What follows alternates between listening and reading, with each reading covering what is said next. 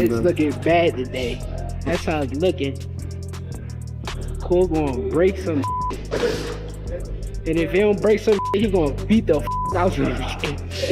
Over the Nice. Good in reverse.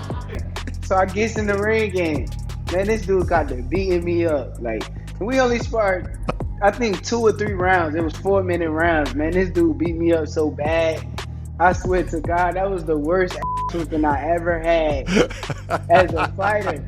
And I couldn't believe it. Like, I went home that day, like, I just could not believe what happened. Like, because it don't happen to me. I was a kid and I used to spar with pros. I used to beat up on pros all the time. Like, it was like, it was something new. And once he beat me up, the next time we sparred, I always made sure, like, this is gonna be different. You ain't gonna just beat me up. Like, I feel like from that sparring session and just being around Bud Crawford, he's a major reason of why I am. Right now, Shakur Stevenson is training in secret, sparring with legends, learning every deadly trick, and preparing to face Teofimo like you've never seen before.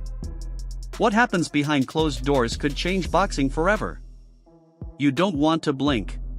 Steel sharpens steel, and legends sharpen legacies. Right now, Shakur Stevenson is sharpening himself with the best blade in the room, Terence Crawford. Only thing he can throw is the hook because you out the way of the right hand. He like a sponge. He soak up everything that he need to soak up, put it into his arsenal, and then he make the best out of everything that he learned from everybody. Then throw it straight left to the box. At the end of the day, you don't want to feel like a know-it-all. And the people that know it all are the people that don't go very far. You gotta always be a student. You gotta always be able to learn and pick up things from this person, that person. He's a work of art. The sky is the limit with Shakur. He got the boxing skills and the ability to, do whatever he wants in the ring. And it's gonna be very hard to beat Shakur, with the skills that he possesses and the smarts that he has. And given the opportunity, I think he can pose a great threat to everybody in the division. And be the last man standing given the opportunity. Crawford isn't just visiting Shakur's camp. He's like a big brother in boxing gloves. Always there, giving advice, pushing Shakur to levels most fighters never reach. What is that like? I mean, fighting Terence Crawford, sparring Terence Crawford. This guy's a beast. Everybody knows that. What is that like sparring him? Is it just another level? Yeah, that's exactly what it is. A whole level. Like, I done been in there with a lot of people. Like, I done been in there with a lot of people y'all even see now that's on the scene. But to me is the best fighter that I've been in the ring with, just because of the things that he can do. He can anything, and you never know what to expect on it in the ring with Bud. Insiders say Shakur sparred with Crawford and kept up the whole time. Matching speed, intelligence, and the cold problem-solving that makes Crawford so deadly. That shows this Shakur is stronger and smarter than before. Some days he may come in there, he may box you. Some days he may come in there and he want to fight you. He can do. He's one of the most complete fighters that I ever seen. Have you ever got the best of him in sparring? I don't speak on that. I mean, I have good days. He had good days, and honestly, I appreciate him for pushing me to the level that I am at now. So I never go in there and even brag on anything or nothing like that. But part of the reason I am who I am and the level I'm on now is because of him. So I appreciate it. With Crawford guiding him, Shakur isn't just preparing to fight Teofimo. He's preparing to study him like a chess game. Sparring is private for a reason. It's where ego disappears and truth shows. Years ago, Shakur shut down a camera during sparring with Teofimo. That wasn't arrogance, it was fighter code.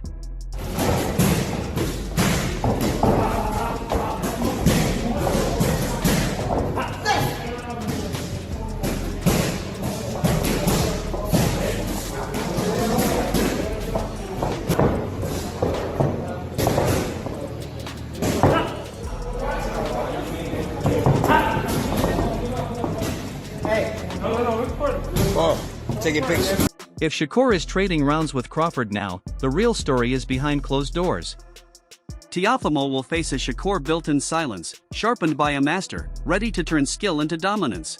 Bud a lot because I grew in the ring with Bud over the years. I remember my first time sparring him, he played with me. That was my first time being in the ring with somebody, and they had their way with me.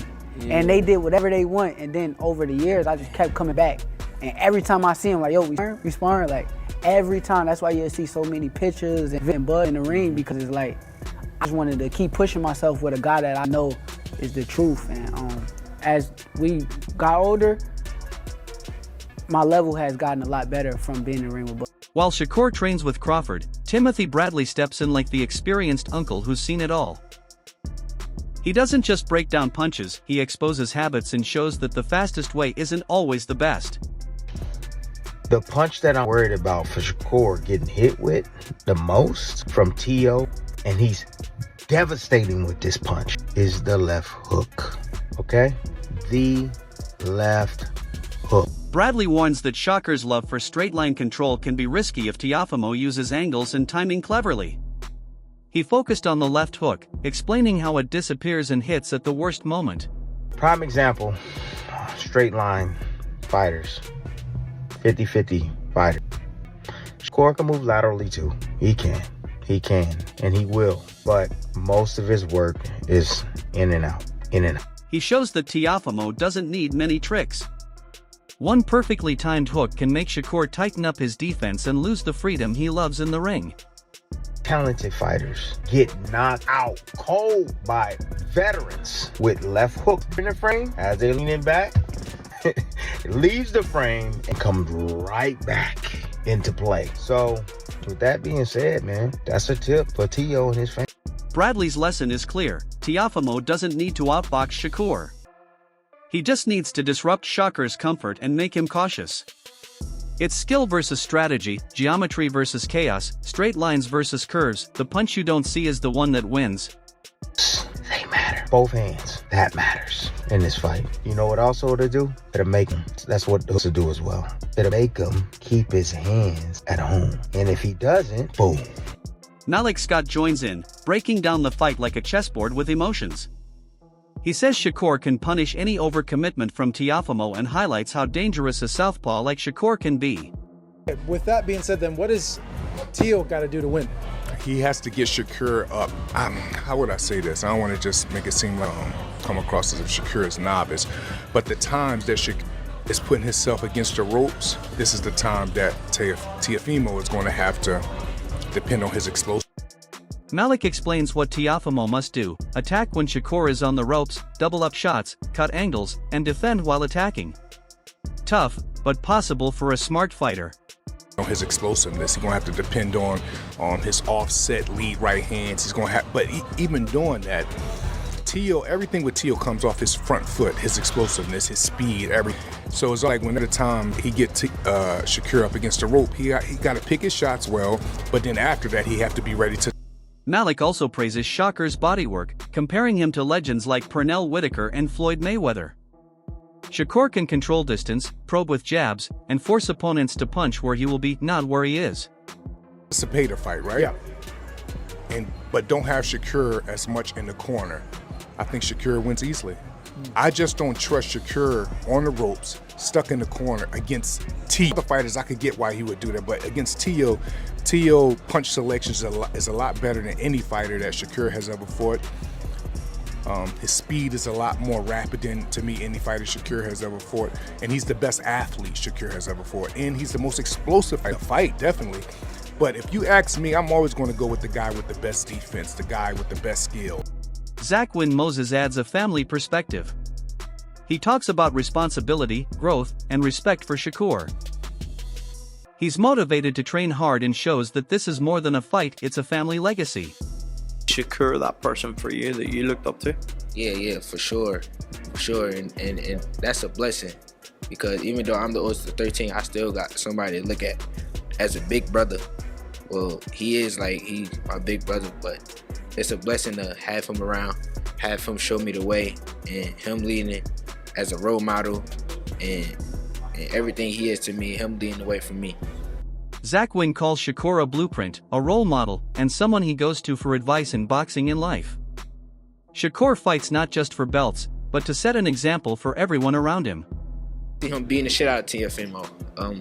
I see Teo just, I don't want to like really say too much, but I see Teo coming to do what he do, and I see Shakur coming to do what he do, and I just see Shakur doing whatever he want, and any type of way he want it, that's how it's gonna be. And next week is a big week, and I can't wait for bro to show everybody, for real. Should beat the shit out of him. Do you think he's gonna stop Teofimo Lopez? Do you think if he wants to, he can? I mean, he act crazy, I think he can. That's all I'm gonna say. He act crazy, I think he can. Put it all together, Shakur is precision, patience, and skill sharpened by legends. Teofimo is chaos, power, and confidence. Trainers break down geometry, veterans warn about hooks, and family motivates legacy. This fight isn't just about power, it's structure versus explosion, patience versus impulse, and two fighters who believe the ring belongs to them.